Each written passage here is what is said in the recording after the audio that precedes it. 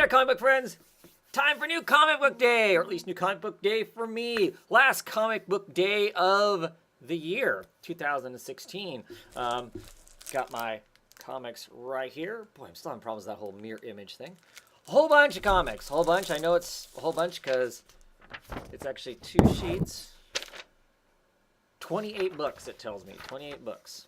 So, lots of books to read. And I just barely got last week's books read with the way busy type stuff goes and whatnot. So, let's jump into this and see what we got here. So, Black Widow, issue number 9.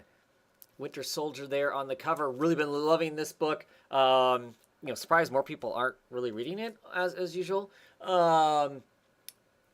Just been lots of fun. It's all really Samney and Wilson driven. They've now put Samney's name at the top of the list of people that are creating this book. I think Wade is really kind of along for the ride. I've heard now from other YouTubers that 12 is the last issue. I hope not. But we'll see. Enjoying the hell out of it as is. Anyway, Blue Beetle issue number 4. I have been enjoying Blue Beetle. It's been okay. It hasn't been like mind-blowing, but it's been entertaining enough that I'm sticking with it a little bit longer, I think. Looks like we're going to get more of Dr. Fate in there. Always curious about that. So we'll see how that goes. Detective Comics, the Batman book that I think we've all been enjoying, those of us who've been picking it up. This is 947.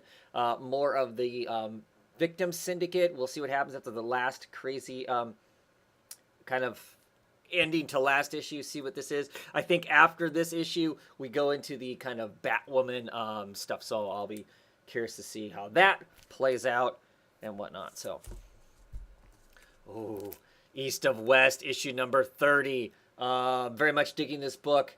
Yeah, I mean, last issue ended with an interesting team up that I never thought we'd actually see in the book, so I'm really curious to see where we go from there. So, very much excited about that. That'll be towards the top of the list of things to read. Hal Jordan and the Green Lanterns. This really is the last issue. I dropped the bundle that this is in, but you know what? This hasn't been bad because most of it hasn't been Hal Jordan. Most of it has actually been, John Stewart and some of the other characters, and I like all of those characters. So there's that. Hellblazer issue number 5. Guerrera on art. It looks like Oliver writing it. So Guerrera on art. That could be curious to see what is next for this book.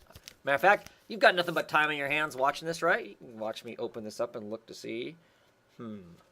It's not who I thought it was when I saw that name. It was Pia Guerrera.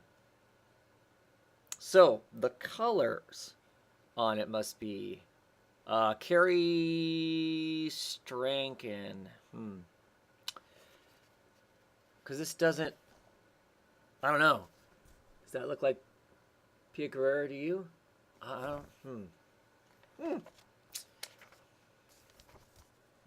It's just so bright. And I don't know. I mean, they're going to an insane asylum. And the insane asylum looks bright and clean. And other than his face down there, relatively cheery. And if you're writing kind of a quasi horror comic, right? It shouldn't be that. It shouldn't show the whole comic anyway. So, I don't know. Don't know what I think of that. Art is such a huge part of a book. Sets the mood, all kinds of things like that. I don't know about that. That's kind of interesting. So, next up we have Batman Beyond Rebirth. I've really been enjoying this. This is only issue number 3. The whole Joker gang and whatnot, I've definitely been enjoying that. Chang's art's been fun. So I'm sticking with that book for a while longer. Enjoying McGinnis as being Batman Beyond. Oh, Batgirl issue number 6. We get some Poison Ivy in there. I think she's headed back. I think she's headed back to Gotham and Burnside and whatnot, I believe. And so I'm really curious to see how that turns out and whatnot. Love that cover. That's a fun cover. I love the look on her face. Yeah. I've been enjoying Batgirl. I like this version of Batgirl. Hope Larson got a good voice for Batgirl, so I've definitely been enjoying it. All-Star Batman. This is issue number 6. I think this is the last Ramada Jr. art issue, which means that maybe it's also the last Two-Face issue. Not sure exactly how this story is going as far as that goes, the structure of that part of it. We'll see. Very hot and cold on this. Elements of it I like. I'm a big Two-Face fan, but not a Ramada Jr. fan. I was a Ramada Jr. fan back during the New Mutants era, back when he was doing Warlock and whatnot. His art style worked, and I've liked it less and less as time goes by. Ooh, speaking of good art, though, this is book 1 of Supergirl being super. So it's kind of a retelling, I believe, of kind of an origin, kind of just, her being Supergirl and whatnot. Art by Jolie Jones. She is, of course, now exclusive with DC. I don't know if it's just exclusive long enough to do this book. We're really excited about this. Look, it's square bound. So that's cool, too. I'm liking these bigger, maybe a little more, clearly more expensive book. But square bound, a meteor sort of a book and whatnot, but definitely super excited by the art. Makiro Tamaki is the writer. I know that person does something other stuff, but I don't know what that is. But yeah, super excited to read that. I like the Supergirl character, and just anything Jolie Jones is doing art on, I'm pretty stoked for. Anyway, another book I'm super stoked for. Gonna be the top of my list to read. This is Marvel's Spider-Woman issue number 14. Last issue left us with a desperate-looking cliffhanger. We'll see. I'm thinking it's probably pretty legit what happened in that. And we're going to get more heartstrings pulled and that sort of stuff here. Spider-Woman versus the Hobgoblin. Should be excellent, excellent stuff. Been super, super trouble. Top comic for me of the year, easy. And top 10 of comics of 2016, Spider-Woman has definitely been that for me. 7 to Eternity. This is issue number 4. I really like the art on this book. Jerome Opina does some amazing artwork.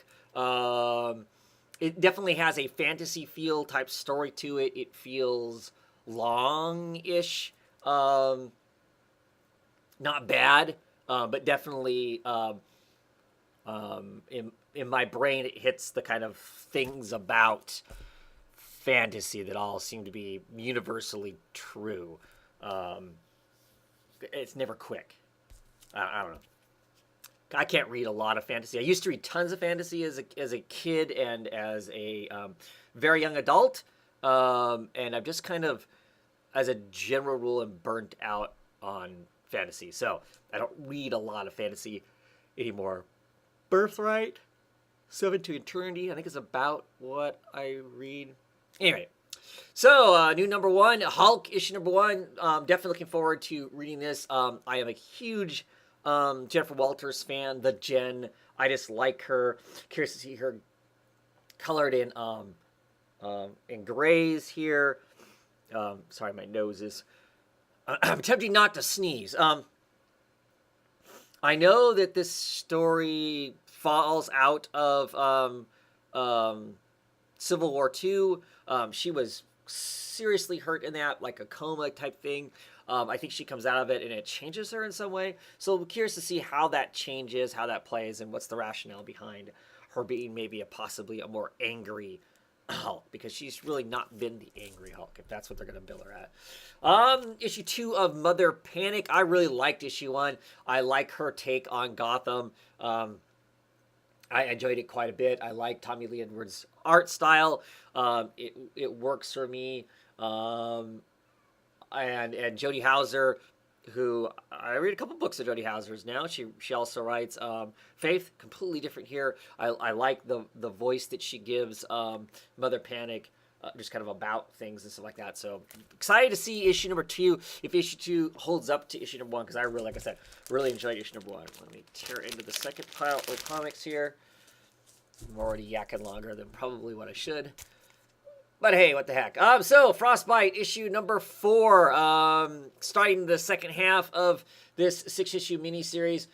Wow, I love that. I don't know if that's a Yeti, if that's a bear, what the heck that is on a chain there. That is freaking awesome. The art by Alexander is amazing. That's really largely what the book about is for me. Williams writing it. I enjoy some of Williams' writing. I'm enjoying the writing in this. Curious to see what happens. This kind of mad dash across a frozen wasteland in hopes to find a cure for a disease that's called frostbite. Just really, really good stuff. Really enjoying it. I'm curious to see what is next for Insect. Issue number 9, our horror erotica book by Marguerite Bennett and Ariella Christina. Yeah, it's just kind of a weird book. I continue to get it because it's just kind of a weird book. Yeah.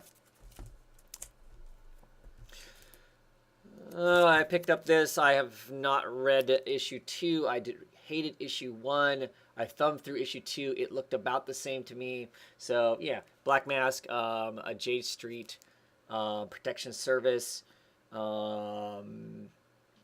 Just felt very empty, very shallow, and didn't have a whole lot for me. So yeah, that's the last issue of that. Because of course, me using discount comic book service, I inevitably end up pre-ordered into 3 issues at least before I know whether or not I even get issue 1 to know whether or not I want to keep getting it or not. So downside to those deep discounts. Sometimes you get books you don't want for a while. Issue number 9 of Monstrous, a book I have been definitely enjoying. Love pretty much everything about this. The art is the amazing part of it, of course, with Sana Tadaka. Marjorie Liu does a great job with with the writing, the voice, the pace of the story, as from her aspect of it. They're out being seamen now, going to this evil island where these masks and stuff like that came from, and all that. So I'm really looking forward to all the aspects of that book. Just beautiful to look at, though, for sure. Issue 25 of Shudder. Always love Shudder. It's just a really interesting book. Got some really interesting story going on. I'm really curious to see how this whole thing ends. A 17-issue story arc. I think this is like issue number 1 or 2 into that final arc. If you're reading it in trade, you're going to be waiting for a long time because the last arc won't come out until the whole thing is done. But anyway, Joe Keatage and Layla De Doka. Good stuff. Issue 5 of 6 of Six Pack and Doll Welder. Been some really funny issues. The Hard Traveling Heroes. Just curious to see what Ennis does. What kind of kind of poke at things that he does. He likes to kind of mess with things with kind of hot takes on the rest of the superhero world and stuff like that. Is lots of fun. Another Steve Dillon cover. Like I've said, I don't know how many more Steve Dillon covers are left. There's one more issue. Hopefully, he got to produce that before he passed away this year. So yeah, always great. Been lots of fun. Issue, what is this? 4 of Surgeon X. I really didn't. I have not been enjoying Surgeon X a whole lot, so I have dropped it. But of course, I'll read it and check it out and see. I like the concept of it. Kind of like the characters too. I don't know. It just doesn't pull itself all together enough for me to really be embracing it and continue with it with as many books as clearly I'm getting. Vigilante, Southland, issue number 3 of 6, The Halfway Point. That is an awesome cover. Man, riding a motorcycle. Yeah, so I think this is the issue where we're really going to get into the vigilante aspects of it. To really get into the him embracing the whole vigilante thing, because he's kind of figured some of it out. He's kind of, to some degree, labeled the bad guys, and he understands what his young wife was and stuff like that. So yeah, so I'm really excited about that. I like the art in this. It's Elena Casagrande, and she did the art for Suicide Risk, a book that I read quite a bit. I read all the way through. That came out from, I want to say, Boom Studios is who produced that. But yeah, so looking forward to this. Lots of cool action because I mean, really, the vigilante is just a dude in a leather, in a leather biker outfit and a helmet. You know, rocking some fisticuffs. So, yeah, it'll be interesting to see what the detective end of this story around water rights and stuff like that. I believe so. Curious to see how that all plays out. We're getting to the end, people. The final issue of Exodus: The Life After. Epic last issue. Really looking forward to seeing how this ends. I've really enjoyed this adventure. I'm glad that Oni Press let them go as far as what they have with The Life After and Exodus: The Life After and all of that. I've just really, really enjoyed it quite a bit. Never thought I'd enjoy a book that had Ernest Hemingway in it, for that matter, so that part's been awesome. God is a cosmic potato, and just really, really have enjoyed it. Really curious to see how this all ties up. And I am looking forward to Joshua Hill, Falkoff, and Gabo, what they have next. I know they have something else coming. I was told in March that they had, from the artist Gabo, that something they were going to be doing something new together. I will definitely be picking up whatever that adventure is. This has just been really entertaining and a lot of fun. Love the characters in that book quite a bit.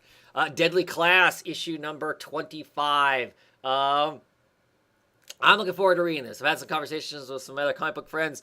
They're kind of weighing in on it. To me, I think there is some fair criticism to go. I don't know who I should be attached to or rooting to at this point. Who seemed to be the main book for 21, 22 issues is gone now. So we're kind of having to refocus, and it hasn't necessarily been refocused. We're going to get some good Soya's story here. This is Soya's brothers, brother and old clan, I believe, coming to mess with her. I'm excited about that. I like Soya. She's an interesting character. So, I'm looking forward to it. Deadly Class has just been a lot of fun, and Wes Craig's art, the pacing that he uses with his panel layouts and all that design is amazing. So, yeah, always looking forward to Deadly Class. Clean Room, issue number 15. We'll see what happens next because they're in the clean room, and the clean room is being run by somebody other than Chloe or Astrid. So we'll see how that all pans out. Could be an absolute horror show and really gross and creepy, because Gail kind of likes to do that, it seems. So, yeah, we'll see how that works. And a second issue with the new artist Anwar on it. See how that all plays out. Wonder Woman issue number 13. Different artist on the book, so I don't know what that's going to be like. I'm looking forward to reading it though. So number 13. So it would have been a Liam Sharp issue, but clearly not Liam. So we'll see how that works. I think we're going to get this kind of story where she the final breakdown of realizing this Themyscira that she found isn't real, or isn't her Themyscira. So we'll see how that works. Wonder Woman has been a joy to read for me, and Teen Titans issue number 3. I am definitely dropping this. Percy as a writer does not really do a whole lot for me, and I do not like the style art that's used on the book.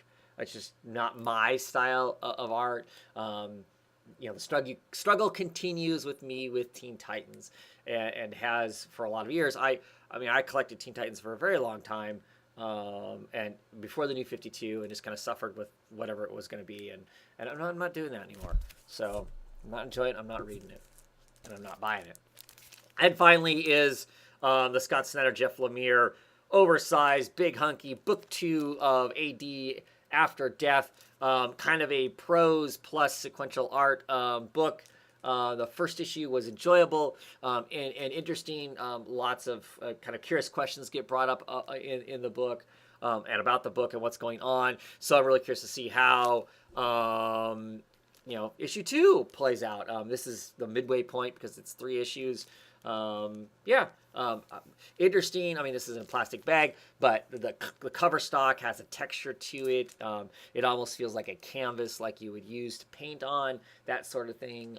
So the production of it is pretty impressive. I mean, they did a good job. It's oversized, so I may not know, is that Golden Age? Is that considered Golden Age? It's square bound, so I don't know if that's actually technically Golden Age or not. But at any rate, it'll be interesting to read and check it out also. So Saga came out this week. I did not get my issue of Saga. I'm assuming the reason I didn't get my issue of Saga is, I guess, the printing of the cover was, they had a printing error. It was printed way too dark. You basically can't see most of the cover. So I'm hoping that means next week I will get my Saga with the new printing of it.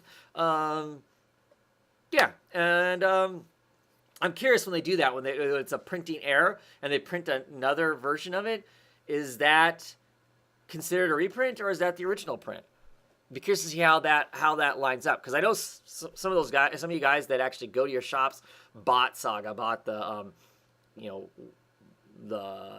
the bad cover version of it. I think they were pretty much most comic book sellers were told to send them back and they would get new copies. So I don't know. I'll be curious. I don't know how that works. I know they've done stuff like this in the past, but I don't remember to bother to look. Not that it's the end of the world for me one way or the other, but I'm curious if they consider that a second printing. If you've had experience in the past, let me know. I got 28 books. What did I miss? Sure, I missed something. What's out there awesome that I missed? And with that, I'm gone. Another week of no comic book roundtable. New Year's and all of that good stuff and whatnot. We're all out and about and busy. But next week we'll be back on the horse. Come join us if you would. If you're reading books and want to join us on camera, that would be awesome too. Just get a hold of me and let me know. And with that, everybody have a happy New Year's Eve, and I will see you in the new year with new comics and thoughts, I'm sure.